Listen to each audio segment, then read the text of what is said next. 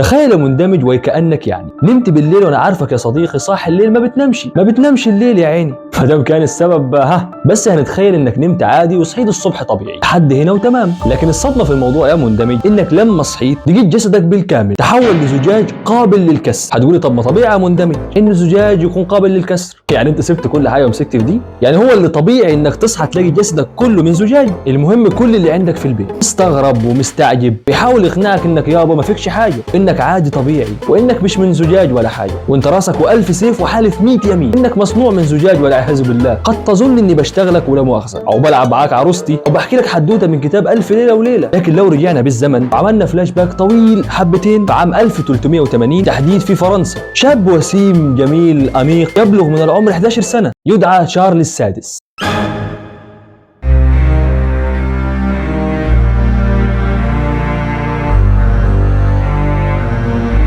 وكان ملك فرنسا في فترة من الزمن، شاب زي العسل والدنيا تمام التمام.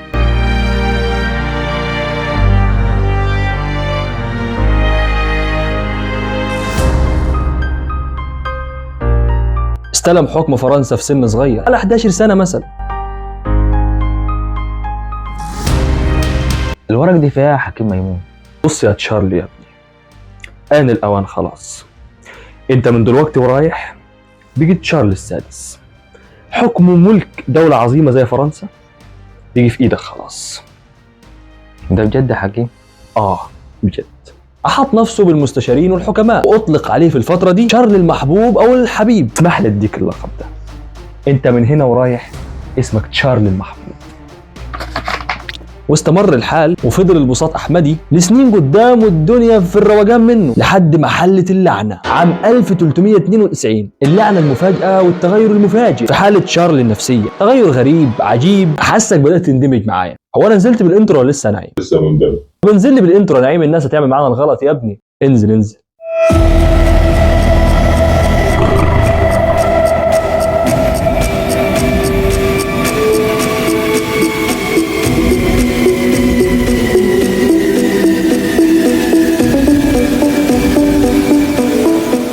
بدون مقدمات احنا قلنا عام 1392 شارل السادس ملك فرنسا تغير المفاجئ في حالته النفسية ده كان اضطراب نفسي عجيب غريب، مرض نفسي جعله يتخيل انه مصنوع من زجاج لدرجة انه وصل لمرحلة انه خايف ان حد يلمسه وخايف احسن يتكسر.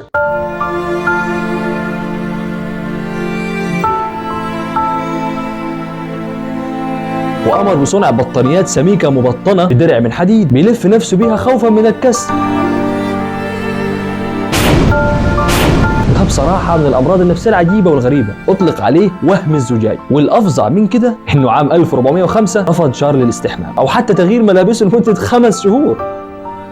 وللأسف تم سحب لقب شارل المحبوب أو الحبيب واستبداله بشارل المجنون. يا ابني مالك؟ ما أنت كنت كويس. شكلي اتسرعت في إن أديك لقب شارل المحبوب. أنت من هنا ورايح لقبك هو شارل المجنون.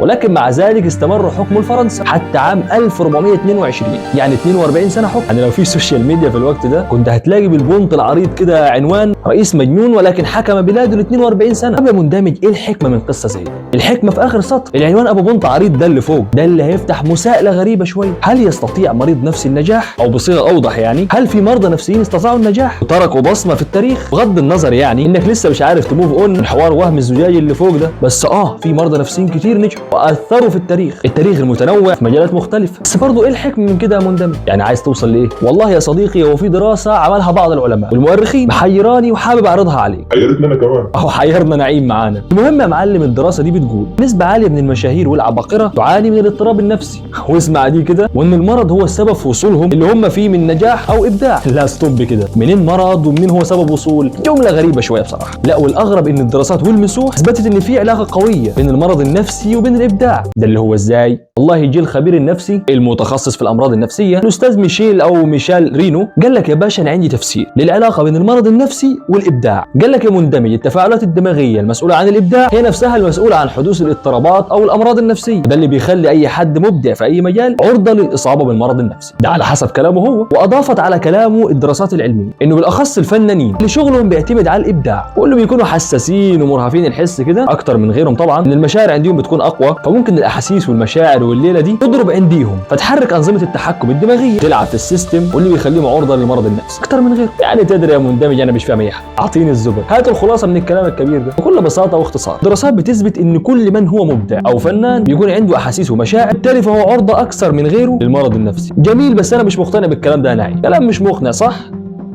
عشان يقفلوها بالضبة والمفتاح ويقطعوا النقاش. على حسب إحصائيات منظمة الصحة العالمية، فمليون حالة انتحار سنويا، بينهم نسبة عالية جدا من الفنانين والكتاب والمشاهير، يعني بين قوسين المبدعين. ها وينك وينك احنا شغالين تقولوا ان الصبح مبدعين، مفيش مثال على الكلام ده؟ للأسف يا مندمج فيه. عندك مثلا الموسيقار الشهير اللي خلد أعمال فنية في تاريخ الموسيقى العالمية، بيتهوفن، اللي كان يا مندمج مصاب بمرض نفسي اسمه اضطراب ثنائي القطب. ده عبارة عن شوية تقلبات مزاجية مفرطة، فترات من الاكتئاب مع فترات من الابتهاج بشكل غير طبيعي. بما اننا لسه في المجال الموسيقي فلازم نذكر المؤلف الموسيقي النمساوي موزارت، اللي انتج 626 عمل موسيقي، قاد اوركسترا وهو عنده 7 سنين، على الرغم انه مات على عمر 35. رغم كل الابداع ده موزارت كان مصاب بنفس مرض بيتهوفن، اضطراب ثنائي القطب. يمكن صدفه نعيم، لكن لما تلاقي الرسام الهولندي فان كوخ اللي بلغ من الجنون انه قام بقطع احدى اذنيه بنفسه وحاول الانتحار عده مرات، اخفق فيها كلها لحد ما للاسف يعني وفق في واحده منهم ومات منتحر. بعض المؤرخين قالوا انه كان بيعاني من مرض نفسي مرتبط بحالات الصرع. المرض ده بيجعله بيشعر برغبه غريبه وهائله في الرسم والتدوين والكتابه. عشان كده قيل في حق الرسام العظيم ده الرسام المليء بالامراض النفسيه اللي حولته الى عبقري. طبعا ناهيك عن السير اسحاق نيوتن، احد اعظم العقول البشريه على الاطلاق. نيوتن يعني الجاذبيه والتفاحه، عن الحركه ومعادلات الحركه. اجماع المؤرخين نيوتن كان بيعاني من اضطرابات نفسيه، واللي حولته في نظر الكثيرين لمجنون حقيقي مع الاسف. وكان صعب الجلوس معاه لفترات طويله، انه شخص عصبي وبدون مبرر، تقلب المزاج، يكلم نفسه بصوت عالي، يكلم ناس مش موجودين غير في خياله. مرض مندمج للاسف استمر معاه لحد ما مات. طيب يا مندمج، في مقوله كده بتقول الفرق بين العبقريه والجنون